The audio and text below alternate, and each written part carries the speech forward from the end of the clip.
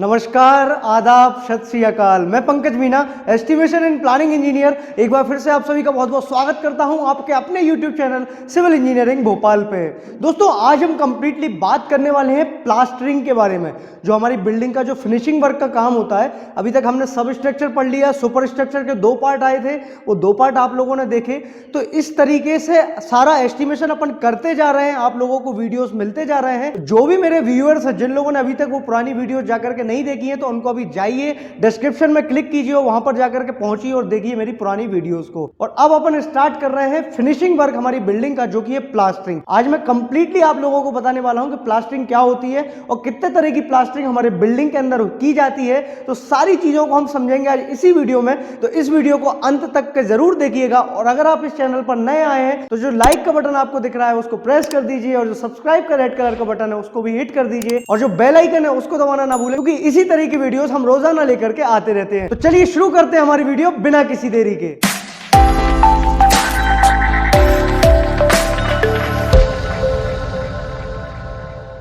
दोस्तों, जैसा कि आप देख पा रहे हैं मेरे पीछे एक प्लान बना हुआ है। आज हम इस प्लान के बारे में कंप्लीटली बात करेंगे कि प्लास्टरिंग कैसे करना है और प्लास्टरिंग करने का क्या प्रोसीजर होता है। जब भी आप एस्टिमेशन निकालने बैठे हुए हैं तो आप किसी भी प्लान का, कोई भी बिल्डिंग अगर आपकी है, उसका आप प्लास्टरिंग वर्क कैसे निकालेंगे। तो प्लास्टरिंग निकालने के पहले सबसे ज्यादा जरूरी है हमको समझना प्लास्टरिंग कितने तरह की होती है और कैसे इसको उनमें डिवाइड किया जाता है कि कहां पर हमको कौन कौन सी प्लास्टरिंग करना है। दोस्तों, प्लास्टरिंग होती है 3 तरह की। अगर मैं बात करूं, सबसे पहली जो प्लास्टरिंग होती है वो होती है 6 mm प्लास्टरिंग। इसको सीलिंग प्लास्टर भी बोला जाता है, इसको सीलिंग प्लास्टर भी बोला जाता है। दूसरी प्लास्टरिंग की मैं बात करूं तो ये होती है 12 mm प्लास्टरिंग। इसको कहां किया जाता है? इसको बिल्डिंग्स के इनर पार्ट में किया जाता है। जैसे मैं बात करूं, ये मेरा बेडरूम है, ये बालकनी है, ये हॉल है, तो ये वाला जो पार्ट है इसका, ये पूरा पार्ट कौन सा है? ये वाला पार्ट आउटर पार्ट है। और मैं बात करूं इसका इनर पार्ट कौन सा होगा, तो ये जो बेडरूम है, इस बेडरूम के ये वाला जो इनर पोर्शन है, ये इनर वाला पोर्शन है। तो इस इनर पोर्शन में हम क्या करते हैं? 12 mm का प्लास्टर करते हैं। और इसी के अपोजिट जो आउटर वाला प्लास्टर होता है वो होता है 15 mm का। अब ये क्यों करते हैं 12 mm का अंदर साइड और 15 mm का बाहर साइड? जैसे हमारा कोई भी मैसन है, वो क्या कर रहा है? ब्रिक वर्क का काम कर रहा है, ब्रिक वर्क को लगाता जा रहा है ऊपर तक। तो वो जिस साइड से लगाना शुरू करता है, फॉर एग्जांपल मैं मैसन हूं आपका, ठीक है, मैसन हूं मैं आपका। अब यहां पर मैंने ब्रिक वर्क बनाना शुरू किया, तो मैं क्या करूंगा? लाइन डोरी बांधूंगा इस पॉइंट से लेकर के, यहां से मैंने डोरी बांधी इधर तक के, उसको लाइन में लाने के लिए, ताकि जो मेरी ब्रिक वर्क है उनका जो अलाइनमेंट है वो एकदम स्ट्रेट रहे, है ना। और उसी के लिए ये तो मैंने हॉरिजॉन्टल जो उसका अलाइनमेंट है वो चेक कर लिया। अब मेरे को वर्टिकल अलाइनमेंट भी चेक करना है। तो मैं जब ब्रिक वर्क उठाना शुरू करूंगा तो मैं क्या करूंगा? प्लम बॉब को डाल दूंगा ऊपर, प्लम बॉब जो होता है उसको डाल दूंगा, और प्लम बॉब से क्या करूंगा? उसकी वर्टिकल लाइन चेक करूंगा, क्या वो एक लाइन में है ना।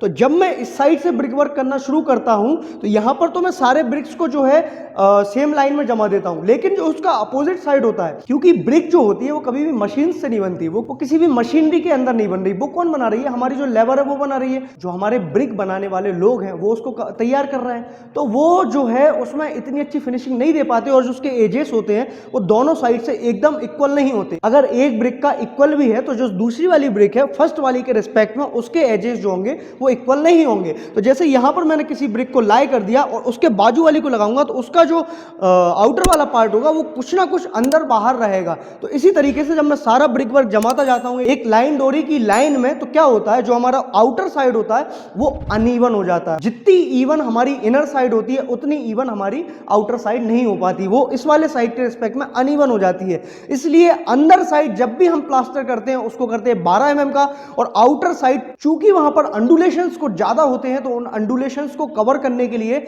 हमें प्लास्टर की क्वांटिटी को बढ़ाना पड़ता है। और बढ़ाता कितने हैं अपन उसका? हम उसको बढ़ा देते हैं 15 mm का कर देते हैं। पहला रीजन तो ये हुआ। और दूसरी चीज एक और क्या होती है, जैसे ये इनर पार्ट है, इस बेडरूम का ये इनर पार्ट है, तो कभी भी बारिश होगी, धूप होगी, तूफान आएगा, आंधियां चलेंगी, कुछ भी हो, ये वाला जो पोर्शन है ये तो एटमॉस्फेयर के डायरेक्ट एक्सपोज में नहीं है, ये तो एटमॉस्फेयर के डायरेक्ट कॉन्टेक्ट में नहीं है। ये जो आउटर पार्ट है, ये आउटर पार्ट तो 24/7 एटमॉस्फेयर के एक्सपोज में है, एटमॉस्फेयर के डायरेक्ट कांटेक्ट में है। बारिश होगी तो कंटिन्यूस बारिश का पानी भी लगना है, तेज धूप है तो तेज उसको धूप भी लगना है, सर्दी है तो तेज सर्दी भी उसको लगना है। तो बात यह है कि 15 mm का प्लास्टर है वो 15 mm के कंपैरिजन में थोड़ा सा ज़्यादा स्ट्रॉन्ग है, ड्यूरेबल है, इसलिए और आउटर साइड में हम क्या करते हैं 15 mm का प्लास्टर करते हैं। तो अब दोस्तों मैं बात करूं 6 mm प्लास्टर का, तो जो 6 mm का प्लास्टर है, सीलिंग प्लास्टर भी इसको बोला जाता है, इसको हम कहाँ करते हैं? जैसे ये हमारा रूफ है, ये हमारा रूफ दिख रहा है, आप लोग भी देखिए आपके ऊपर जो रूफ है जहाँ जहां अभी आप बैठे हुए हैं, इस रूफ को इमेजिन करिए जब भी शटरिंग लगी होगी, जब भी ये स्लैब कास्ट हुई होगी, जब शटरिंग लगी होगी, तो जो शटरिंग की प्लेट्स होंगी कुछ इस तरीके से लगी होंगी। शटरिंग की प्लेट्स दोनों के बीच में यहां पर कहीं कुछ गैप होगा, यहां पर कहीं कोई गैप होगा, उस गैप में बस प्लास्टरिंग करना जरूरी है। बाकी ये वाला जो इसके नीचे का जो शेड होगा, इस प्लेट के जो नीचे का शेड होगा वो तो इवन होगा। तो इन दोनों के बीच की जो लाइन है उसको कवर करने के लिए हमको ज्यादा अमाउंट प्लास्टर की नहीं लगती है, तो इसलिए हम वहां पर क्या कर देते हैं, 6 mm का प्लास्टर कर देते हैं। जितनी भी हमारी सीलिंग्स वगैरह होंगी, जितनी भी हमारी स्लैब्स होंगी, जितने भी हमारे कॉलम्स होंगे, जितने भी हमारे बीम्स होंगे, उन सभी में हम क्या करते हैं, 6 mm का प्लास्टर करते हैं दोस्तों। तो ये तो हमारी बात हुई सारे प्लास्टर हमने समझे 6 mm का कहां करते हैं, 12 mm का कहां करते हैं, 15 mm का कहां करते हैं, इनर क्यों बोला जाता है उसको, आउटर प्लास्टर क्यों बोला जाता है उसको, सीलिंग प्लास्टर क्यों बोला जाता है, ये सारी चीजें समझी हमने कंप्लीट डिटेल में। अब दोस्तों शुरू करते हैं। जैसे आपने देखा है पीछे मेरे प्लान बना हुआ है, तो अब इस प्लान में मैं क्या करूंगा, जैसे मैंने ये प्लान जो था, मेरी ड्राइंग जो थी उसको मैंने यहां पर उतार दिया है। अब क्या करना है, 12 mm का प्लास्टर अलग करना है, 15 mm का प्लास्टर अलग करना है। 15 mm का आप लोगों को बताया मैंने कहां करना है, कमेंट करके बताइए जल्दी से कहां करना है 15 mm का प्लास्टर। मैं ही बताता हूं 15 mm का प्लास्टर कहां करना है, आउटर साइड में करना है। और इनर साइड में कौन सा प्लास्टर करना है, 12 mm का प्लास्टर करना है। तो आप लोगों को देखने में कंफ्यूजन ना हो इसलिए मैं दो पेन्स का यहां पर यूज करूंगा। जो मेरा रेड पेन रहेगा वो डिनोट करेगा 12 mm के प्लास्टर को, और जो मेरा ब्लू पेन रहेगा वो डिनोट करेगा 15 mm के प्लास्टर को। तो दोस्तों जैसा कि आप देख पा रहे हैं मैंने जो है पीछे पूरी ड्राइंग कंप्लीट कर दी है। अब दोस्तों आइए समझते हैं हमारी इस ड्राइंग को कि क्या ये ड्राइंग कहना चाह रही है। जैसे देखिए दोस्तों, ये जो है 15 mm जो ब्लू कलर जो है, जैसे ये भी जो भी ब्लू कलर हो रखा है यहाँ पर, ये कौन से प्लास्टर को शो कर रहा है, ये कर रहा है 15 mm के प्लास्टर को शो, जो मेरा ब्लू कलर है। और जो भी रेड कलर से यहाँ पर जो लाइंस है, ये लाइंस किसको शो कर रही है, हमारे 12 mm के प्लास्टर को शो कर रही है। अब ये क्या करना है, मेरे को क्या निकालना है, इसकी क्वांटिटी निकालना है। फाइनली मेरे को यही चाहिए ना। जैसे इस पीछे वाली ये जो वॉल है, इस वॉल की अगर मैं बात करूं तो इस वॉल पर कितना प्लास्टर लग रहा है उसकी अगर मेरे को क्वांटिटी निकालना है, तो इसके जो कैलकुलेशंस होते हैं, इसका जो मोड ऑफ मेजरमेंट होता है वो होता है स्क्वायर मीटर में। पर्टिकुलर मेरे पीछे वाली अगर इस दीवार की मैं बात करूं तो इसका मेरे को अगर कैलकुलेशन निकालना है इसका कि इस पर कितना प्लास्टर लगेगा, तो मैं क्या करूंगा, इसका जो भी ये लेंथ जा रहा है, ये जो लेंथ है, लेंथ इंटू इसकी हाइट, अगर मैं लेंथ और हाइट कर दूं इसका, तो मेरे को इसका एरिया पता चल जाएगा। वही प्लास्टरिंग हम कैसे निकालते हैं, स्क्वायर मीटर में, एरिया में। जैसे पर्टिकुलर मैं अगर इस बेडरूम की बात करूं, अगर मेरे को इसका प्लास्टर का क्वांटिटी निकालना है, तो इसकी 3000 क्रॉस 3100 इसकी डायमेंशन लिखी हुई है। तो इसकी एक्स डायरेक्शन में कौन सी डायमेंशन है, 3000 कौन सी डायरेक्शन है, 3000 इसमें कौन सी डायरेक्शन है, ये है एक्स डायरेक्शन। ये वाली भी 3000 होगी और ये वाली भी 3000 होगी। और जो 3100 है, जो 3100 है, 3100 कौन सी होगी, ये वाली और ये वाली। तो अब अगर मेरे को इसका हाइट पता चल जाए, लेंथ तो मुझे पता चल गई, अब मेरे को इसकी हाइट पता चल जाए, तो हाइट से मैं क्या निकाल लूंगा, कैलकुलेशन कर लूंगा। अब जैसा कि आप लोगों ने मेरी सुपर स्ट्रक्चर वाली वीडियो देखी है, उसमें आप लोगों को पता है प्लिंथ लेवल से लेकर के स्लैब के टॉप तक के हाइट कितनी होती है, प्लिंथ लेवल से लेकर के स्लैब के टॉप तक की हाइट कितनी होती है, वो होती है 3 मीटर। लेकिन हमारा जो प्लास्टर होगा वो कहां तक होगा, वो स्लैब के बॉटम तक होगा। तो वहां पर हम क्या करेंगे, 3 - 100 दैट इज 2900। तो हमें क्या पता चल गया, लेंथ पता चल गई, उसकी हाइट पता चल गई। तो 3000 मल्टीप्लाई बाय 2.9 मतलब 2900, 2.9 मीटर। जैसे 3000 मल्टीप्लाई बाय 2900, तो हमारी क्या निकल आएगी, इस वॉल की पर्टिकुलर क्वांटिटी निकल आएगी। तो इस तरीके से हम सारी क्वांटिटीज निकालते हैं दोस्तों प्लास्टरिंग के अंदर। अब दोस्तों आप लोगों ने देखा ये सारी चीजें जो बनी है, मैंने ये अरेंजमेंट इस तरीके से मिलाया है कि 12 mm के पीछे जो भी प्लास्टर होगा वो कौन सा होगा, 15 mm, और 15 mm के पीछे कोई भी प्लास्टर होगा वो कौन सा होगा, वो होगा 12 mm। तो इस टाइप का अरेंजमेंट आपको बनाना है ताकि जो आपकी एग्जैक्ट वॉल्यूम है, जैसे मैंने इस बेडरूम का आपको बताया कि इस वॉल का पर्टिकुलर अगर आपको उसका एरिया निकालना है तो length multiply by height, length multiply by height, ये अगर आप कर देंगे तो आपको क्या पता चल गया, उसका एरिया पता चल गया कि कितना एरिया मेरा प्लास्टर का 12 mm का लगने वाला है।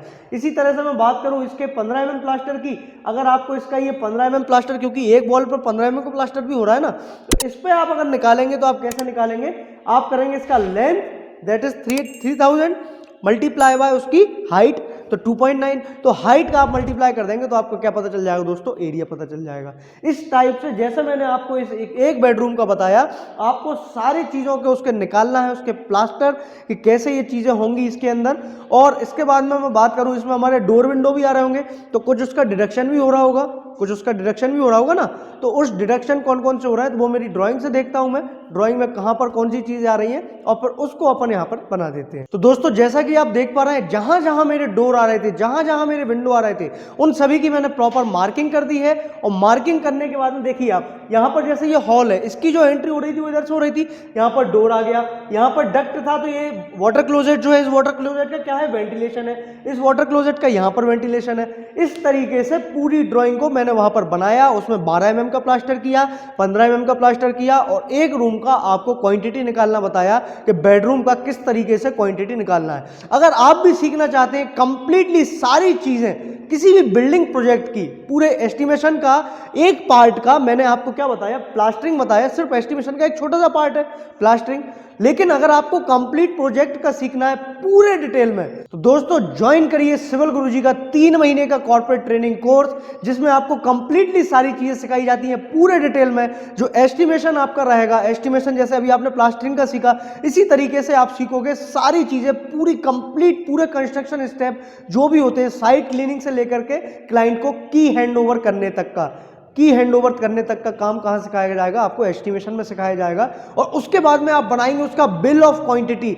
जैसे ये मेरा मकान है, इस मकान में कितना पैसा लग रहा है, प्लास्टरिंग में कितना पैसा लग रहा है, फॉर एग्जांपल 50 स्क्वायर मीटर जो है मेरी प्लास्टरिंग की क्वांटिटी आ गई, तो मैं क्या करूंगा, DSOR, Delhi schedule of rates, Delhi schedule of rates में जाऊंगा और वहां पर देखूंगा कि मेरे 15 mm प्लास्टर के कितने पैसे मिल रहे हैं। जो भी उसका 1 स्क्वायर मीटर का पैसा मिलेगा, उस 1 स्क्वायर मीटर को मल्टीप्लाई कर दूंगा मेरे 50 स्क्वायर मीटर से, तो मेरे को रेट मिल जाएगा काय का, मेरे 12 mm 15 mm प्लास्टर जो भी मेरी क्वांटिटी थी उसका रेट मिल जाएगा कि कितना प्लास्टर उसमें लगने वाला है दोस्तों। तो अगर आप ये सारी चीजें कंप्लीट डिटेल में सीखना चाहते हो, ये तो मैंने बात की सिर्फ एस्टिमेशन की, आपको यहाँ पर सिखाया जाता है बार बेंडिंग शेड्यूल निकालना, पूरा स्टील का कैलकुलेशंस कैसे क्या करते हैं, आप 15 दिन के अंदर पूरी चीजें सीखेंगे बार बेंडिंग शेड्यूल के अंदर। उसके बाद में बात करूं सर्वे और बिल्डिंग मटेरियल आपको सिखाया जाएगा, क्वांटिटी सर्वे, रेट एनालिसिस यहाँ पर पढ़ेंगे, और कंप्लीटली बिलिंग आपको पढ़ाई जाएगी सेंट्रल पब्लिक वर्क डिपार्टमेंट के नॉर्म्स को फॉलो करते हुए। तो दोस्तों देरी मत कीजिए, जो हमारी ब्रांचेस हैं वो ओपन हो गई हैं पूरे इंडिया के अंदर, भोपाल में, दिल्ली में, नागपुर में और लखनऊ में।